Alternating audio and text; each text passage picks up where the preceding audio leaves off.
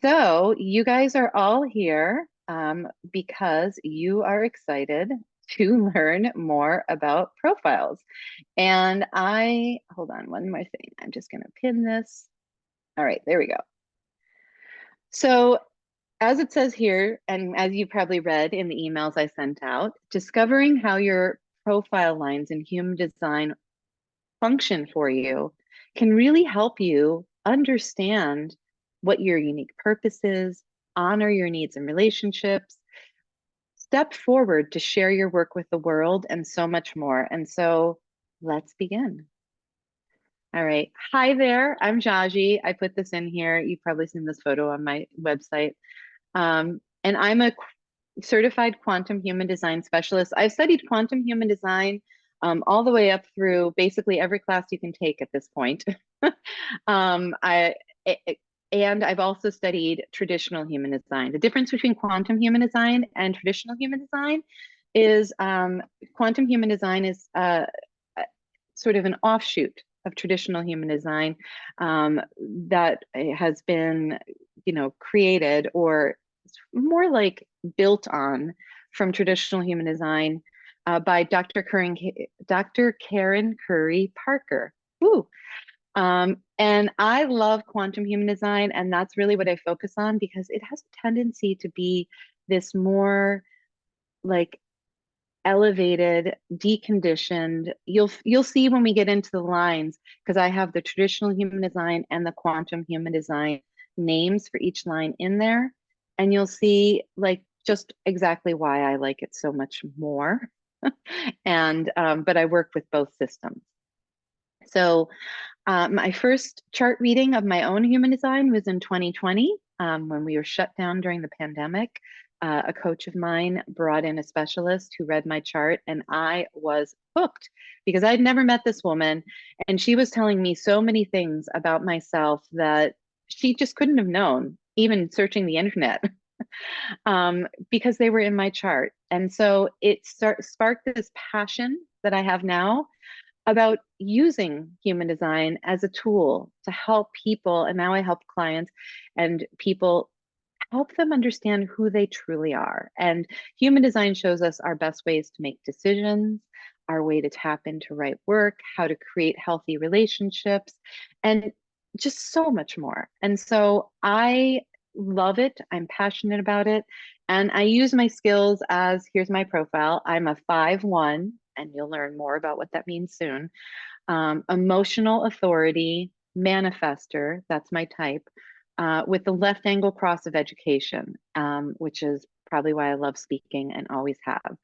And I use it to problem solve. And also, things come through. I'm an intuitive channel. And when I do my readings, I'll often, and today we may have the same thing where just something will come through as a download.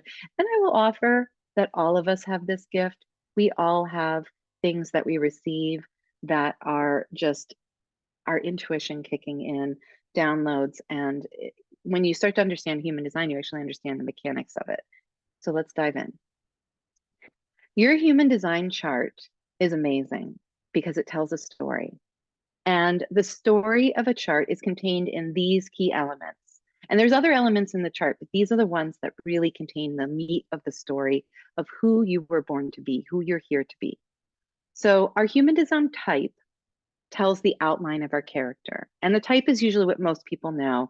You're a manifester, a projector, a generator, a manifesting generator, or a reflector. And those are the traditional names. In quantum human design, you're actually either an initiator, an orchestrator, an alchemist, a time bender, or a calibrator. And so you can see the subtle difference in the language. I love that, in quantum human design, I'm an initiator, which definitely is a role that I've seen active in my life. The profile, which is what we're here to learn about today, is sort of the how our character came here to learn and impact others. And you'll learn more about that, but really it's how we're here to learn, very much so, and also how we're here to serve, how we're going to interact with the people in the world and have our impact. The incarnation cross is the plot outline for our character. And in my introductory reading, I go into your incarnation cross, which is composed of four energies. It's your sun and your earth on both sides of your design. And then the centers, which are those shapes you see within your human design. There's 9 centers, and our centers are give us information about how our character operates in the world, in relationships, in relation to others. And then finally, the channels and the gates, which are the gates are all those little numbers you see on your chart, on the sides of your chart. And then the little dots are either, colored in or not. And then the channels are the lines that connect those dots that go through our body graph, which is what the image of our human design is called. The channels and the gates are the details of our story and the challenges and the gifts that our character needs to be aware of in order to grow and choose consciously. They kind of tell the larger picture of our journey. And so when you bring all of these things together, they really give you this amazing story of the potential of who you're here to be. And the thing that I'm so passionate about is helping people decode that map so they can really understand what story they came here with. Because oftentimes we have this sense of what I am, what I want to be, what I do. And we have these dreams within us. And I will tell you with almost complete, actually, I would say every client I've seen, they have these dreams within them. And when I get into their chart with them, they will often share, that's something that I've never shared. Like it's a dream that's already within them, that's written into their chart, and I see it and I tell them about it. And they go, oh, Jahje, how did you know that? And I'm like, well, it's literally written here. They're like, I haven't told anyone that that's something I'm drawn to do. And that's a way that I want to be. And I'm like, well, it's because it's natural. And so the more we listen to ourselves, the more we get out of the conditioning. And that's really the gift of human design, is it allows you to really become who you are in truth. So today we're going to dive into your story, and we're going to learn about, like I said, the human design profile. And if you don't have your chart yet, you can go get your free chart on my website. That's at jahjeives.com/free chart. I'm going to assume you all have your free chart. So we're going to dive on. This is an easy way how to find your profile. There's literally a line on your chart. You can see it underlined on here that says profile. And here you can see my profile is a 5-1. This is what determines your profile. It's not just a number picked out of a lottery box. Your profile is composed from your lines in your design, or this is called the unconscious side, and your conscious or your personality sun. That symbol, that little circle with a dot in the center, is the astrological symbol for the sun. And all those we talked, I was saying gates and channels. These are channels and these are the gates. And all of those correspond to astrological placements. I'm not going to get into that because that's the rabbit hole. But that's what I get into when we go into a one-to-one reading. I help you decode that. The personality conscious sun, this side, is actually calculated. The placement is calculated at the time of birth. So when you came into this world, boom, that's where the sun was. That's where all the planets were. That's what the gate it was in. And that's what creates that. Excuse me. The design, this side, the unconscious sun, is calculated 88 astrological degrees prior to birth. And it represents the body and life purpose. So this is why it's called unconscious a lot of times. This is the energy that's sort of like inherent. It's ingrained in us. And it's not necessarily the thing that we're moving forward to as a soul purpose is. It's the energy that we're inherently holding. So what can your profile tell you? That's what we're here for, right?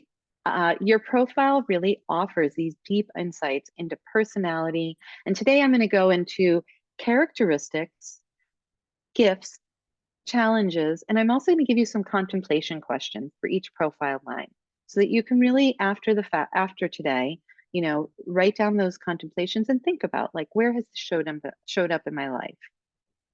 for instance, and I'm using myself as an example. If you're a 5-1, which a 5-1, the 5 line is called in traditional human design. Well, actually, we're just going with quantum. You'll see the others. The 5-1 would be the visionary leader. Actually, it's not explorer. Anyway, visionary resource. Sorry. You learn that you have a deep need for foundation and knowledge, that line 1, combined with a natural ability to guide others, which is that line 5. And we're going to get deep into this right now because it goes really deep. Because there are 6 lines. There's 6 lines and there's 12 possible profile combinations. And each line in your profile has, as I said, specific character traits, gifts, and challenges.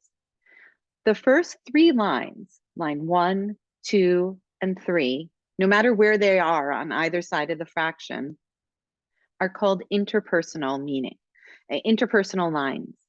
And that means that these are lines that are self-focused, and they're ultimately about personal experience and personal understanding. So, like I said, that line 1, which has this deep need to learn. I always joke that the line 1 is the person who wants to read every book on a subject that they're interested in, and I'm guilty of that. Because they're here to feed that knowledge for themselves. And oftentimes that line 1, the intrapersonal, are often paired with a transpersonal line. There's actually only there's only a few that there's the 1-3 and the 4-6 that don't do this crossover between intrapersonal and transpersonal.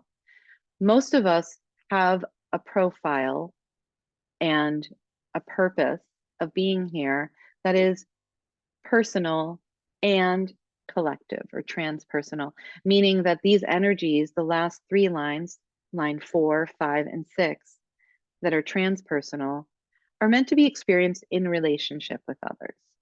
So again, going back to myself, that 5 line is the visionary leader. It's the person who's here once they learn what they're wanting to learn, that line 1. They then are here to share that and help others learn that to help transform the collective. And so you can see how I fell down the rabbit hole of human design, and now I'm here teaching you about it because I love it and it lit me up. So today I'm going to teach you about each line. I'm going to go through lines 1 through 6 and the gifts and challenges so you can glean the full story of your profile and how it may show up for you. And I would just say, these lines are not just for your profile. So I would pay attention to each, because behind each planet, and actually I'm going to go back a second, as you can see on here, this is what causes it, this decimal. See, this is why the 5. But you can see as we go down to the other planets, I have these lines and the different numbers. So I have a 6, a 2, a 4, and you do as well. And that means that we're not in those, these lines are giving you information about that as well. It doesn't mean that you have, your profile, the sun is your main energy. So don't get confused in terms of oh, I have to know all of them. But knowing all of them helps you see when you start to go deeper into human design. And for instance, at the moon, being in gate 52.6, that 6 line energy of the role model is going to come into play in that moon for me. And knowing what a 6 line means is going to help me understand that gate energy more. And I trust that I did not confuse you too much, but I just wanted to mention that it is very helpful to know what all of these mean. All right, so our first profile, I'm just going to move this, is line 1. And if you actually, you know what, I would love if you want to put in the chat what your profile is. I'd love to know what everyone is here.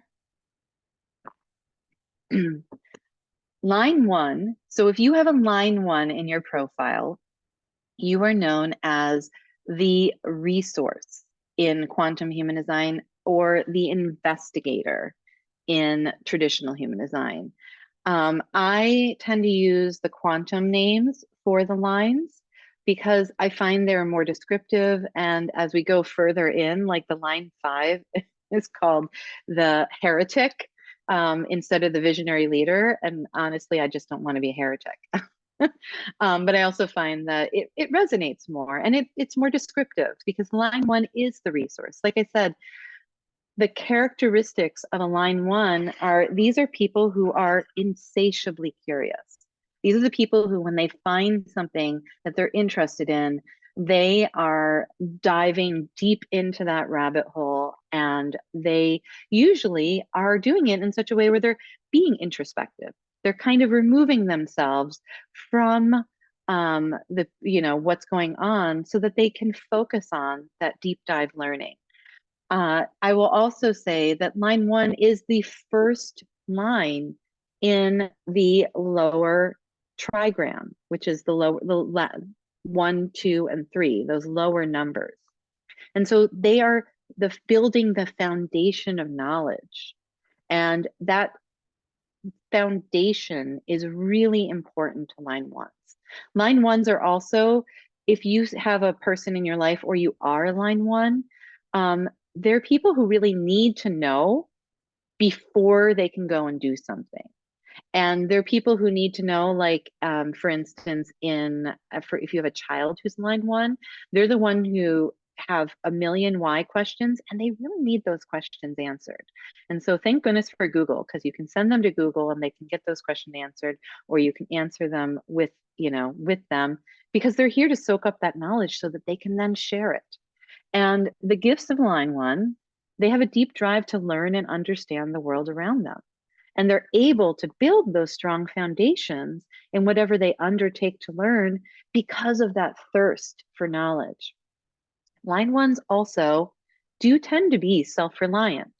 They prefer to find the answers and solutions on their own. They might be the kid who's like asking you why, and then when you tell them why, they're like, oh, I already found something. And actually, I don't quite agree with you. So I'm going to go research my own thing, and let them go do that, because they are there to collect that information for themselves so that they can come back and share. And listening to a line 1 share about what lights them up is like, that's like a love letter to them. So if you have a line 1 in your life and they're deep diving about something, asking them what they're learning about and listening is like one of the most loving things you can do for them. So one of the challenges for the line 1 are the fear of not knowing enough, because they need to understand, like deeply understand, before they can take action, before they feel ready to share what they've learned, because ultimately they're here to share that information that they're learning. And so this can lead to sometimes this overwhelm or this paralysis. I have a line 1, and also if you have a line 1 who also has gate 48 in their chart, gate 48 is the gate of wisdom, and it's one that also has a deep need to know. And you put those two things together, and I have definitely gotten into places in my life where I knew so much, but I didn't take action on sharing it because I was afraid I didn't know enough. So the questions for my line 1s to contemplate are, do you trust that you'll know what you need to know when it's time to share? Because here's the really interesting thing, and I have found this as a line 1 and people who I know who are line 1s, clients of mine, the things that you're lit up about, sometimes it's almost like you don't need to read the books. The information will sometimes just come to you. I am famous in my family for people asking me a question and me saying, well, I think it's this answer, but I'm not sure. And they'll look it up, they'll Google it, because we've all got our phones now, and they'll be like, oh, you're right. And it's like the chances of me not being right are usually very slim. And honestly, oftentimes the information just drops in. And I'm like, oh, there you go. Thanks, Universal Google. So if you are line 1, really leaning into trusting when people are asking you to share, just take that step. And I want you to also think back and maybe reflect on when you have served as a resource for others, and really like acknowledge how much you know and, acknowledge how valuable you are by sharing the things that light you up. Okay, so our next line is line two, the responder in quantum human design, or the hermit in traditional, which is why I'm like, we're going to go with the responder. But the line two does have a tendency to hermit because they need time for integration. They actually really, the character traits are they like to be alone. And our line twos can sometimes be very shy. They can be the people who are more comfortable with a book on the side of the classroom than being in the center sharing all the information. Because these line twos, though, are designed to be called out. So, what that means is the line twos, the gifts are, they are known to passionately pursue their interests. Kind of like the line one. When they find something that really lights them up, they will kind of disappear into that corner, they'll hermit away, and they'll learn and learn and learn. And oftentimes, the line twos are naturals. They're people who, like, their interests come so naturally to them that they actually don't realize that they have become an expert. I have a good friend who's a line two, and she has this wealth of knowledge about the natural world, and I am always blown away when I talk to her. But for many years, I know from talking to her, she didn't quite realize how knowledgeable she was, and but now she does. Now she does, and she embraces that. Um, because for line two, a lot of them have special talents, like that thing that lights them up, and they really go at it until they've really perfected it. So the challenges of a line two is that they have this push pull. They, on one hand, really need to hermit themselves away, to devote themselves to those passions so that they can deeply learn about them. And they might need to retreat or withdraw from social interactions. But when it's time for them to share, they actually have this energy. It's almost like a homing beacon. Like the people around them who are meant to be learning from them, who they're meant to be sharing that information with, will naturally almost start thinking of that person. Like, I wonder what so and so's up to. And so has been hermiting away, learning about this new passion. And those people will come and start to call out the responder. And so this is why they're called the responder in quantum human design, because they're made to respond. Once they've learned that thing that lights them up, people will come and find them and draw them out to share what they've learned. And so for my line twos, the two questions that I have that I would like you to, or the questions that I have are, do you honor that time for renewal and integration? Do you honor that need for alone time? Because our world will say, like, oh, you can't hermit away, but you really do need to be able to have that time. And on the flip side, can you trust that once you're done doing that alone time, that renewal, that integration, that when you're ready to share, you are going to be called out? So can you trust that it's okay for you to dive in and know that when you start getting those calls to share what you've learned, you need to say yes. It's not time to say no. It's time to say yes. I can step forward and trust that you know enough. And the final is, are you pushing yourself before you're ready or resisting sharing what you know? It's the either or. The line two's kind of got both sides. All right. So our last line in the personal, or that the lines, the 1 2 3 that really have that personal focus, is the line three, the explorer in quantum human design. It's the martyr in traditional human design, which martyr has such a negative connotation. I do not like it at all. So and explorer is really what this line is about, because the character traits of my line threes are, you are here to be in the midst of experimenting your way forward. This is the line that needs trial and error. You need to try all the ideas out to see what's going to work and what's going to move you forward. And the gift of the line three is that you have a natural courage to try new things. You're like that me for I'll go, I'll try it, and that's wonderful. And when you don't question it, that's great because you are imbued with a resilience that allows you to learn from your mistakes and adjust your strategies and move forward. And because what you're ultimately working towards as a line three through these trial and error, through this experimentation, is you're becoming a wealth of practical information, a wealth of wisdom of what you've learned from your experiments. You're the person who's like, oh, I tried that and that didn't work for me. But you know what did work for me? This. And you can share about both because the person you're sharing with, the thing that you failed, that didn't work for you might work for them. And the thing, so you're here to share what you've experimented, to share your experiences. And the challenges for line three is encountering failures and setbacks because this is part of your process, and not judging yourself and thinking, oh, everything I try fails or I never get anywhere, because the trial and error is part of your process. But our world sometimes will say you're being inconsistent, you have a lack of direction. But as long as you're seeing those experiments to the end, to the point where you find out what does work, you're on the right path. And you need to, this is another challenge, manage your frustration because the path forward is not a straight line. Think about the Wright brothers. If they had just tried flying a plane once and been like, that didn't work, we're done. Obviously, we were cuckoo to think we could actually fly.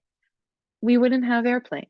And instead, I don't know their design, but I'm going to guess that they may have been in line three, or at least one of them was, because they really have this resilience of we're just going to keep trying because we're going to experiment our way forward. And the questions for my line threes to contemplate are, where in my life have I experimented my way forward to a success? Think back on those past experiments, those past, points in your life where you've been trying to move forward and you've been trying a lot of things. And ultimately, you did find the right approach, but it took a lot of, I'm not going to say wrong approaches, but a lot of experiments to get there. And the other thing is, what is your relationship with failure? If you're line three, have you stopped yourself from exploring because you were afraid to fail? And it's something we all do. And it's something that when you start to notice that, you can change it and you can change your relationship with it. All right. So my next line is the line four, which is in quantum human design, this is called the stabilizer. In traditional human design, it's the opportunist. Again, you can see why I prefer the quantum names, because our line four is the bottom line in the upper trigram. Lines 4, 5, and 6 are the ones who, as I said, are the transpersonal. They're the lines who are here for, who are in relationship with others. They're the ones where their purpose comes to them and activates in relationships. And the line four is the stabilizer. It's the foundational line. It's the bottom line. And it is the social community builder. That's the character trait of the line four, is they really are here to build community, to become that foundation of community. And the interesting thing about our line fours is they really need that foundation. And so as such, they are uncomfortable with limbo or not knowing the next step. I always say my line fours need to know, if they're changing careers, they need to know where they're headed. They need to have that next foot in the door at the place they're going to, or at least know the person who's getting them the job. Line fours are, because of the community line, these are the people who have amazing connections. Like you'll see line fours will be thinking of, pivoting to this, and they'll make a connection at a party. That person will say, we've got an opening, and they'll invite them in. The gifts of my line fours are they have a strong tie to their communities. And they're also, because of that, they're that foundation. Again, back to that foundation idea. And they're confident, when they're in their gifts. They're confident, they're reliable, they're stable, and they help support others, that community builder, that person who holds friend groups together. Both of my kids are actually line fours, and I see this in them, and they're really like this nexus in their friends group, and they help resolve things that come up, and re-anchor their groups into that stability. And it's just really beautiful to see them, be able to do that, because again, they have a natural ability to teach and guide others. And so these line fours are naturally like the person who people are going to look to help. So the challenge for the line four, and I've again seen this with my kids, is sometimes they spread themselves too thin, trying to maintain all the relationships. And, when they're criticized, it can really shake their confidence and shake their authority when they're criticized or faced with doubt from others.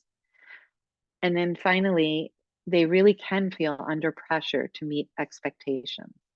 And here's the thing for my line fours is the only expectations that you really need to meet are your own, are your own. And so even though you are this stable foundation in the community, ultimately, I want to bring you back to the fact that you are here having your own experience, and you always need to be choosing what is best for you within that community, because it's probably going to be best for the community.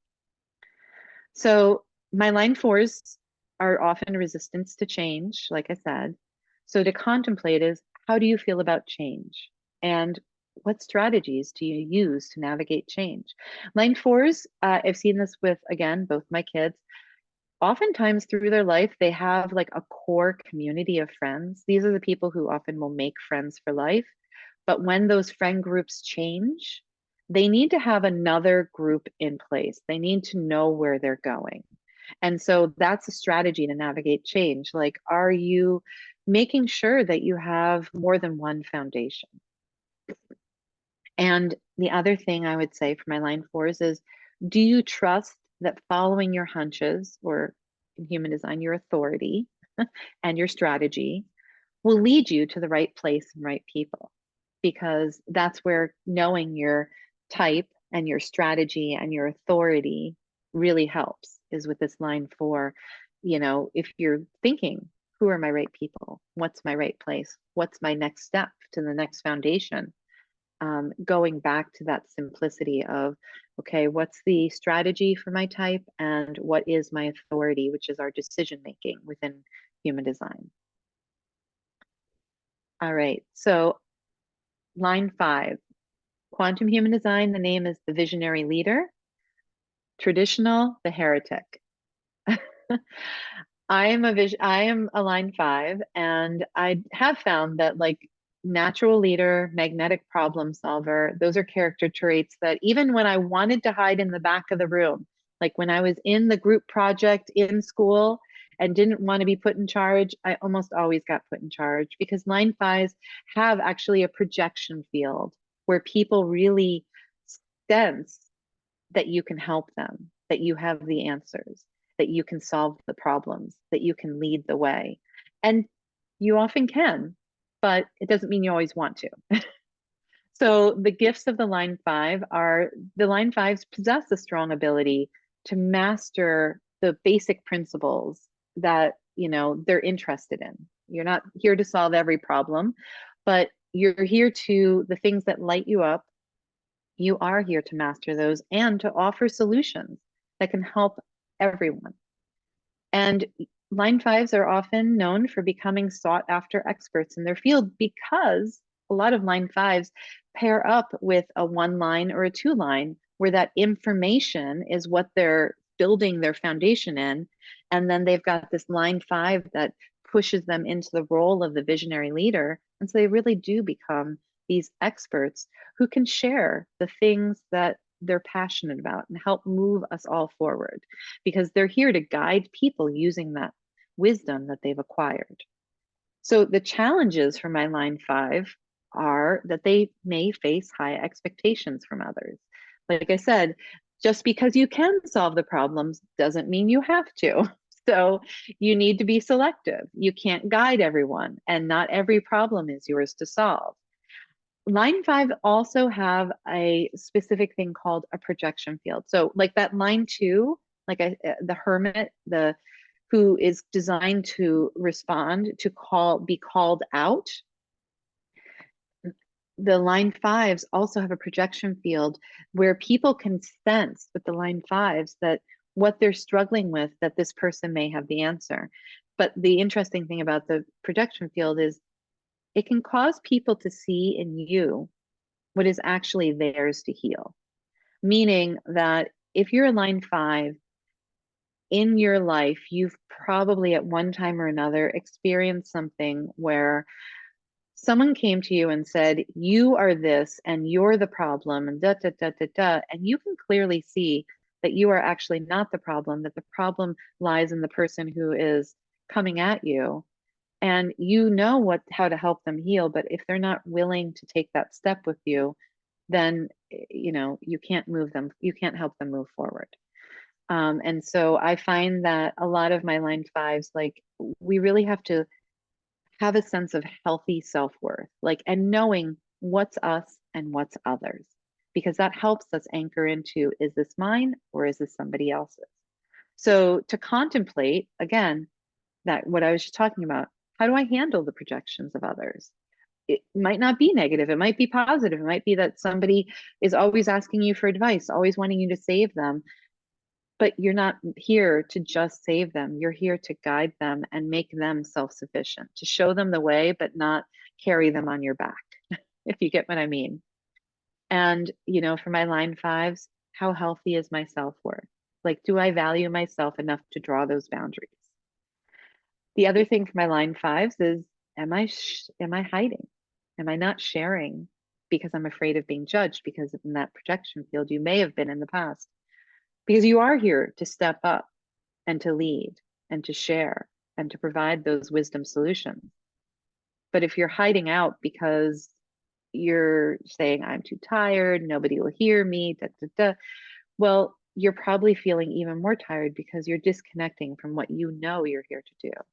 So just a question to contemplate is, are you hiding because you're afraid of being judged? Because here's the thing, the right people are going to be drawn to you and they're waiting for you. So you need to step forward. Our last line is line six. And line six is in quantum human design known as the adept, and in traditional, the role model. Both of these I use, the adept and the role model. The line six is a very interesting line. It's the top of the transpersonal, and it really does function as the role model. They are here to be a beacon. And one of the unique things about the line six is it actually has three distinct phases in life.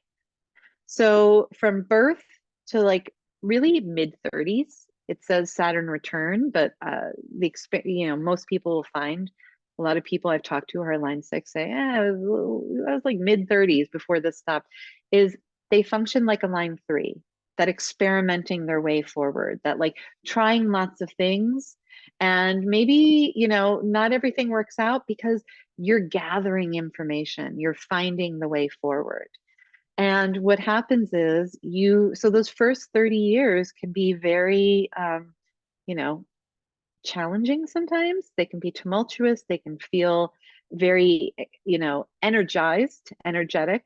But sometimes you feel like, why does nothing work out for me? Why am I, my kids are actually 4 6s, and I see this in action with them with the sixth line.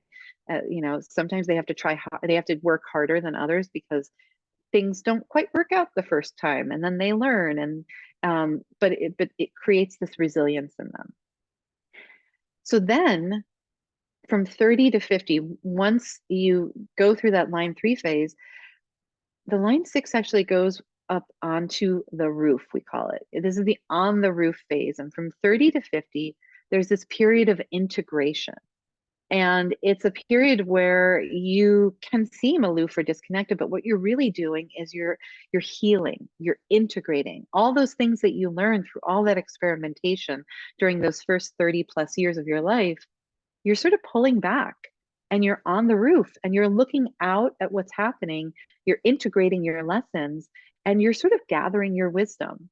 Because what happens is around the time of age 50, which is our Chiron, in terms of planetary events in our human design, and I go deeper into that in one-to-one readings, but for purposes of this, it's at age 50, you emerge, you come off the roof, it's called, to become the role model as the adept, as the person who's gathered, who's experimented, who's integrated, and now who serves as this beacon of wisdom and this role model. And it's not necessarily something you have to go out and do. Line sixes oftentimes feel like they have a need to live on purpose, like I have to do my purpose or I fail. That's not necessarily it. Your gift is by living true to yourself, especially after that, 50-year mark, you demonstrate a path that others can aspire to follow. You demonstrate being like the highest iteration of who you are and being authentic and committed to your values. And, it's really like this beautiful thing of this journey you've taken through the years. And the challenges for line sixes, especially during that third line, you can seem aloof or disconnected from people. And it's really just this need to integrate. And so, I often say to my clients who have a line six in their life, if that line six is in 30 to 50, like they need to withdraw, they need to pull in because they're integrating and don't take it personally.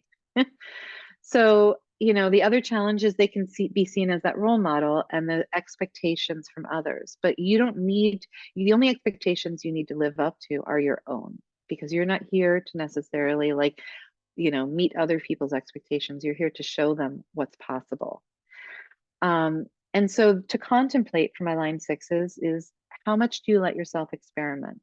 And what is your relationship to failure, especially during those first 30 years? Really like that's how you're learning your way forward. And then in that second period, the on the roof is, how much do you let yourself rest? Like, because oftentimes when people in that period of 30 to 50, they feel like they have this burning purpose, this passion, this thing they have to do. But really, what you need to do during that time is integrate, because divine timing is guiding you to where you need to be. And you can really burn yourself out in that 30 to 50-year period if you're a line six by pushing against the right timing. So, just really, are you letting yourself rest? And then finally, in that 50-year mark is, are you living authentically? Is there something that needs to shift in your life to bring you into greater alignment? Are you feeling like a dis-ease in your body because you're still living how other people expect you to, instead of how you internally feel you want to align? So that is all of the profiles, or all the lines. And what you do is you take your profile, you take the two lines. The first line, the first number in your profile that's the one that you're sort of consciously living. I'm a 5-1. I'm here really to but you need that second line. That second line is what you're needing as the foundation. Think of it like what's underneath for me, what's under the 5 is the 1. I need that foundation of knowledge in order to show up and share my wisdom. And so for you, think about what's underneath the first number. What do you need to have a foundation in so you can do the thing that's on top, so that you can be in that, that essence. And like I said, there's a whole story. We talked about it in the beginning. There's a whole story within you. This profile part is just one aspect of your story. If you're here, you've looked up your chart. Hopefully you watched the video that told you about your type and your strategy. If you looked up your chart, you also got a video that talked to you about your authority and how to activate that. And, these are the other parts of your chart, the other part of your story that will allow you to fully understand your human design and understand what you need to be looking at and moving towards to bloom. And so, as I said, the incarnation cross, the centers, the channels and gates, these are all aspects of your human design that, we're not going into today, but there's so much to explore and there's so many ways to do it. And, If you want to do it with me, the whole manuscript's in there and I'm happy to help you read it. And you can, go to my site and look at all the options for a one-to-one session with me. Or you can, or if it's not time for you yet, because we all have to honor our timing. Follow me over on Instagram if you're not over there already at Jahje Ives. And I am, you know, sharing over there about human design, about different things, inspiration, education, and really, this is a story that is unfolding, and now it's your time. Now it's your time to ask me anything. So I am going to stop sharing my screen. And I realized that took a little longer. I'm going to stay on until 3:10 because I want to give us 20 minutes, unless we're done by 3. But if you have, I'm going to stop sharing my screen and I'm going to check the chat and I'm going to see if there are any questions. Wow, we have 2 1-3s. Okay. Oh, we have a lot of 1-3s here. Okay. Well, and here's the thing, and we have a 1-4, Sarah, and Shauna, you're 5-1 like me, so you probably have a little more of a glimpse of how 5-1 operates now, because I use myself as an example. And Leanne, you're 4-6 like my kiddos. And yeah, and also if you want to, you can ask me questions. You can raise your hand if you have a question for me. You can drop it in the chat. Or if you're like, I just want to know a little more about what my profile means, ask me a question about your profile. I'm happy to answer whatever is out there. And I will say, or I can just talk about what I see in here if nobody has a question, and I can talk a little more about the profile. 3-5. Yeah, I think I was looking at your printout instead of mine. It's so funny though. Like I really relate to the 5, and I really don't relate to the 3 at all. So I'm just kind of curious about what happens when it doesn't actually feel right. Well, that's a good question. And I know from doing your reading, correct me if I'm wrong, but you're a manifesting generator as well. Okay. So I'm wondering, like, so you find that you just take a straight path and you don't experiment at all when you're doing something new. When you're doing something new, it's a one shot and you just take a step and, ooh, look, I found the right way forward. Um, it's hard to generalize, I would say. I mean, I definitely do some experimentation, but I tend to have a big picture. Like, I guess it's Mm-hmm. like the visionary leader thing. Like, that's what I really Mm-hmm. resonate with. And Mm-hmm. I don't really resonate with this sort of all over-ish feeling of Well, and visionary. I will say the 3 is not necessarily all overish, and we have a lot of 3s in here. So I'm going to explain the 3 a little more. The 3 is more of the experimenter. And the way the 3 and the 5 work together is, like you said, you have the 5 is your bottom. That's the foundation you need. The Hmm. foundation is the visionary leader, the one who is Okay. here to share wisdom. And the 3 is how you're gathering that wisdom. Okay, maybe that's helpful and to see it that way. Yeah. Okay. And So so that the visionary that's leader what is you're part of it.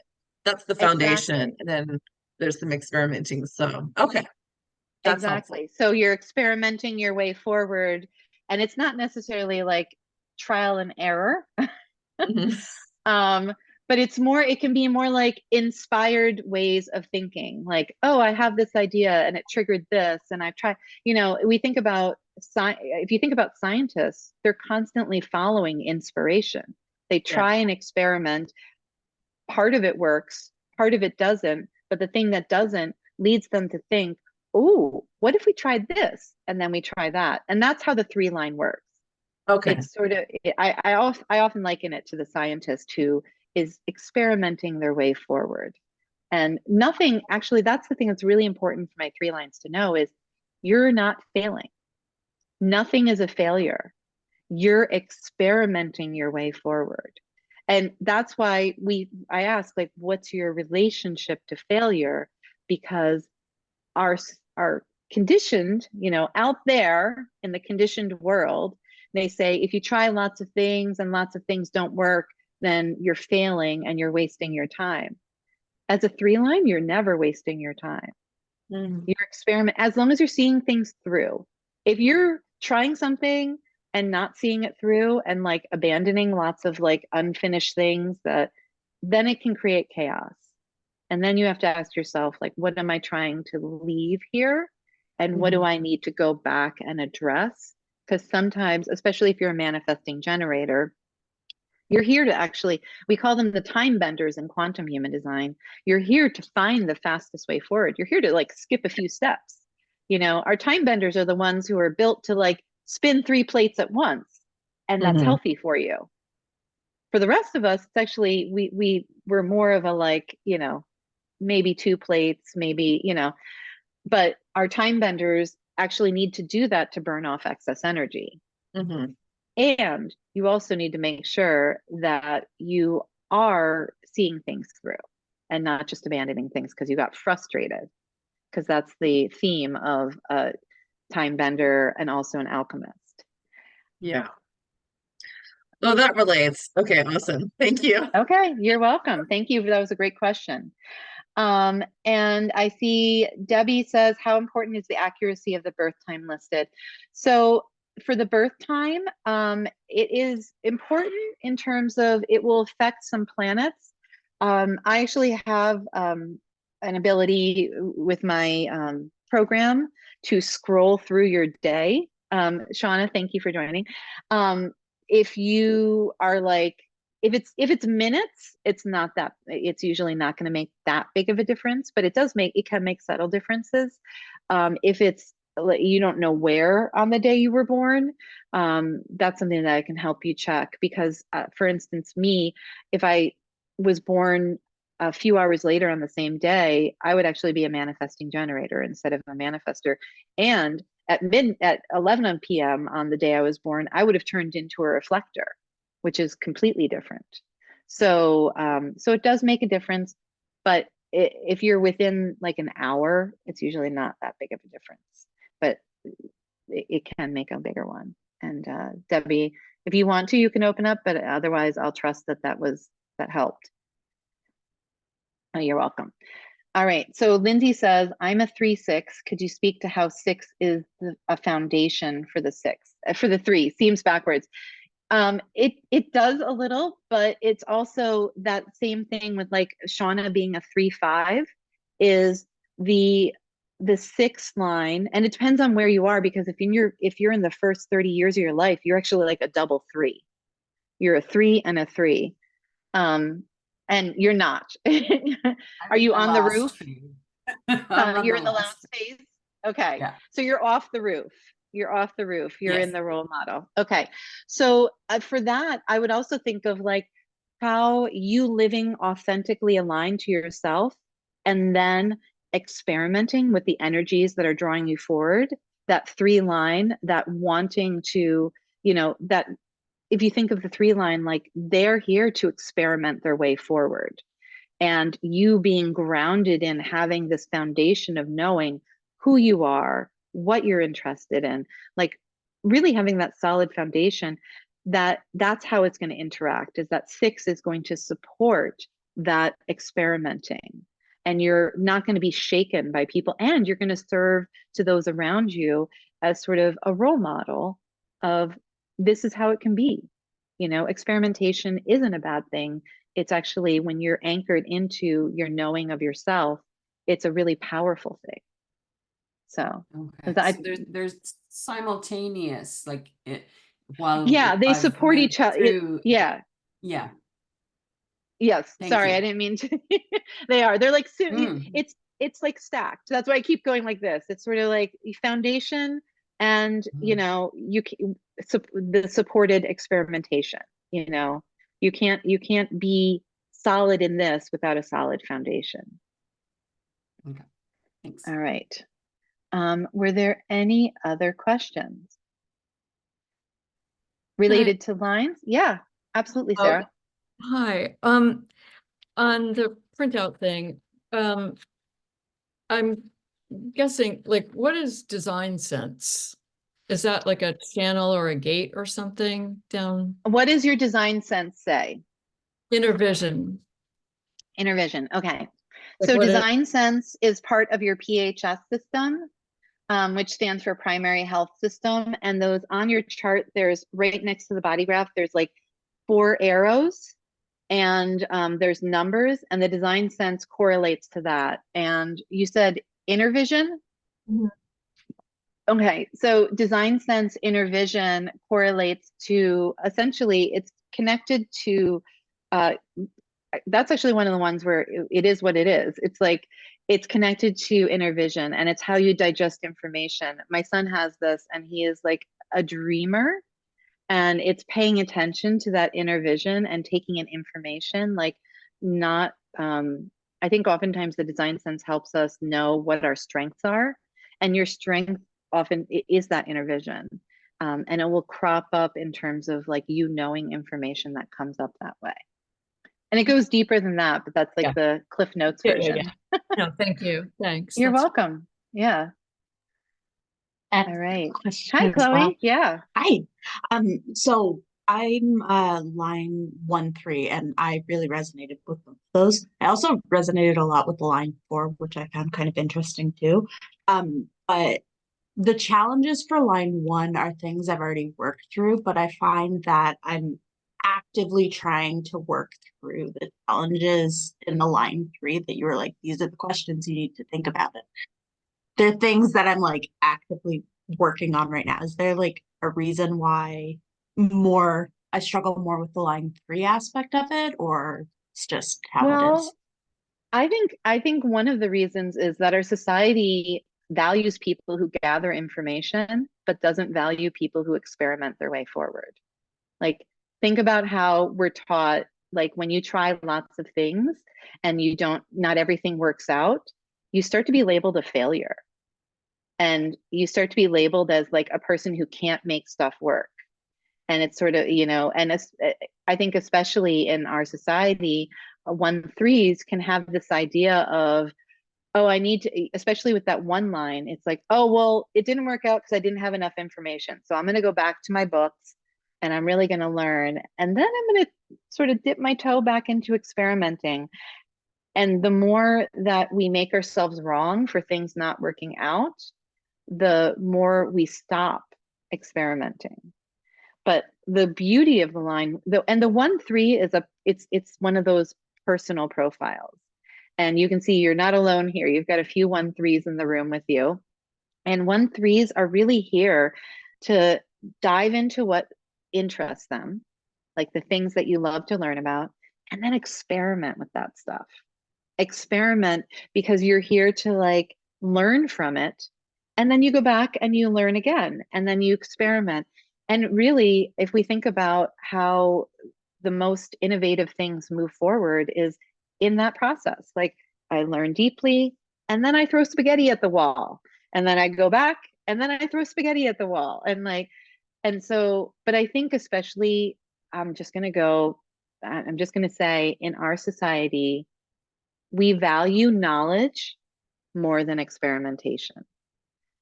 And I think for you, especially, like really valuing that your ability and your resiliency and your willingness to try things out, even if it seems like, I don't know if this is going to work, like just try it out.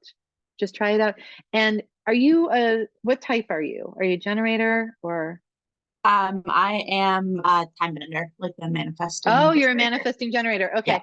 So again, I'm going to say people who have that manifesting generator with their 1-3, you sort of have this like double like projection of manifesting generators are meant to try lots of things out. Their way of being is experimenting their way forward. And they, like I said, they're called time benders because they're here to try lots of paths forward. Not all of them are going to lead to the answer, but they're going to find the right path forward. And then the other ones are going to kind of go away. Yeah. But in our society, we don't value people who are constantly trying things. We call them failures instead of calling them experimenters. And so for you, I would say to shift that relationship to the 3 line, maybe tell yourself, like, I'm designed to try lots of things out. I'm not designed to stay stationary. I'm not designed to have a linear line forward. I'm designed to be like the zigzag, zigzag, zigzag. And then maybe Yeah. I jump over. You're And that's, going in a path that's never been made before. yeah. And that's like exactly like a lot of realizations that I've been having. Like most of the things that aren't working are things that I just have so much judgment around. And I'm like, that's not my judgment. I do this. Yes, I'm like sporadic, and that's just me. So that's a lot of exactly. really good insight from that. Awesome. Well, I'm glad. And yeah, and I say just the more you can release that judgment around failure and instead see it as my gift is to experiment and to try things that other people are afraid to try because that's pulling me forward. And the trick is if the energy is there, if you're excited to try it out, keep going. Even if other people are like, Chloe, what are you doing? I get that a Be lot. like, yeah, yeah. They don't know. They don't know what's in Exactly. you. They don't know what you're Exactly. here for. Just keep going because that's how I mean, just think of every visionary out there.